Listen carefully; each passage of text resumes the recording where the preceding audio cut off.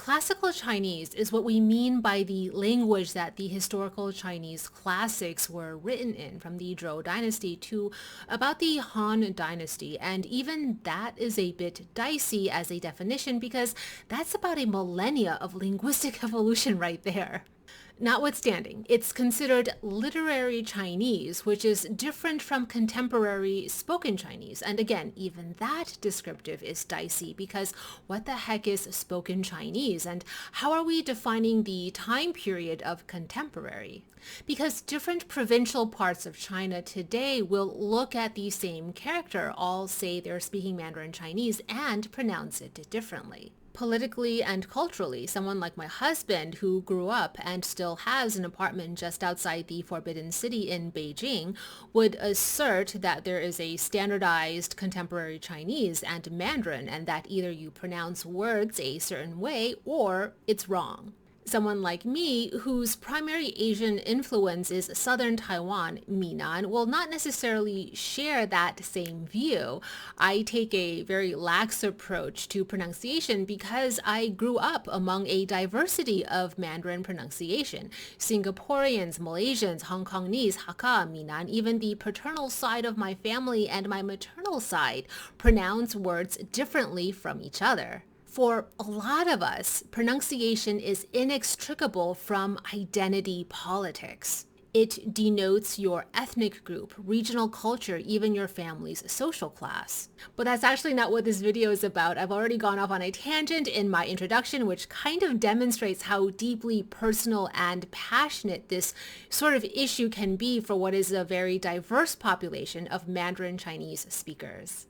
I recently shared a blog post about recording the introduction to the audiobook version of I Ching, the Oracle.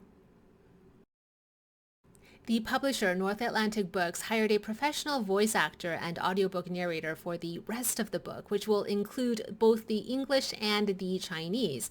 So you will get to hear how the Oracle sounds in Mandarin Chinese alongside the English translation. The hubby, James, who is a native Chinese, Beijingese to be specific, is doing the proofing work and proofing the voice actor's spoken Chinese. And that's what this video is about. James, with his background, was able to catch some pronunciation discrepancies that I, with my background, was not able to catch. Specifically, we're talking about how characters are supposed to be spoken in classical Chinese versus how those same characters would be spoken in modern Chinese, which is what most people speak today. James was able to catch where we should have gone with classical Chinese. For example, hexagram 3 initial challenge or difficulty at the beginning is a gua or hexagram image assigned to this character in traditional Chinese. In modern Chinese today, we would pronounce this character as tun.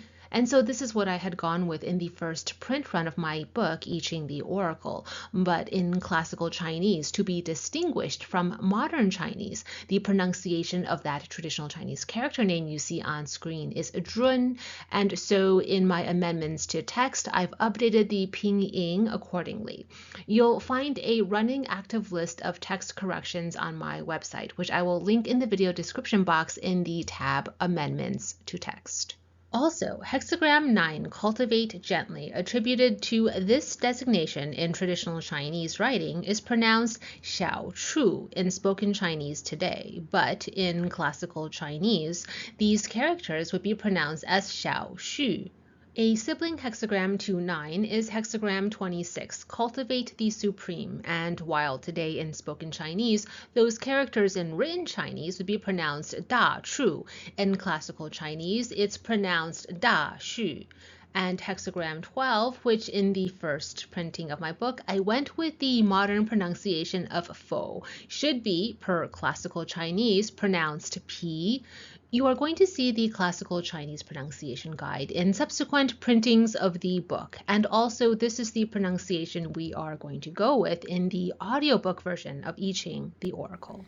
If you listen to native Chinese videos from I Ching experts and professionals and documentaries on the I Ching by Chinese historians and scholars, you will notice pronunciation discrepancies. So even though I've characterized these as erratum and am updating my amendments to the text, and the pinyin, pinyin, is going to be corrected in subsequent printings of my book, technically, were they wrong? See, different socioeconomic classes, people of different educational backgrounds, are going to approach pronunciation of these 64 hexagrams differently. And specifically in the world of I Ching, you do have this huge class divide. On one side, you have ivory tower university educated scholars approaching the I Ching as philosophy. And on the other side, you have working class, laboring class, peasant class psychic mediums and fortune tellers approaching the I Ching as divination and mysticism, who would not be as educated on classical Chinese. And often, whether you're going to hear classical Chinese pronunciation or more everyday common folk pronunciation will depend on who is speaking and their socioeconomic and cultural background. So yeah, it's classist. Anyway, this is just a quick note on pinyin pronunciation discrepancies that we often find in the I Ching Book of Changes, and how my book is going to be updated and how we're going to be approaching pronunciation in the audiobook.